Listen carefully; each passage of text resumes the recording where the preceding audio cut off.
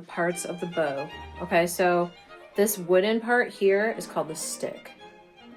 And this part here is the horsehair. It's actually made of a horse's tail. Let me show you. You can see that this is actually the tail of a horse. So we've got the stick, we've got the horsehair. Now, do you notice that I'm loosening and tightening the bow? How can I tell if my bow is too tight? Well, for one thing, it's going to be a straight line now. Okay, so if my bow is too tight, there's basically two straight parallel lines here. My teacher used to say that the bow is now frowning. However, if I want just the perfect amount of tightening on my bow, you have a little bit of a curved smile. Or if you want to do pinky width right in the middle of your bow is also perfect. This part of the bow, in other bows, you might notice that this part is silver.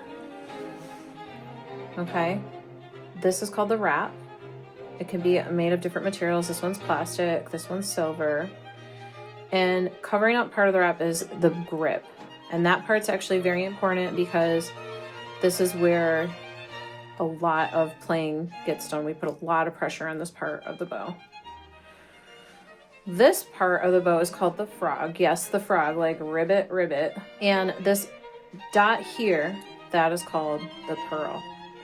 It's actually made of mother of pearl. And then that part is called the end screw. These are the parts you need to know as a violin player.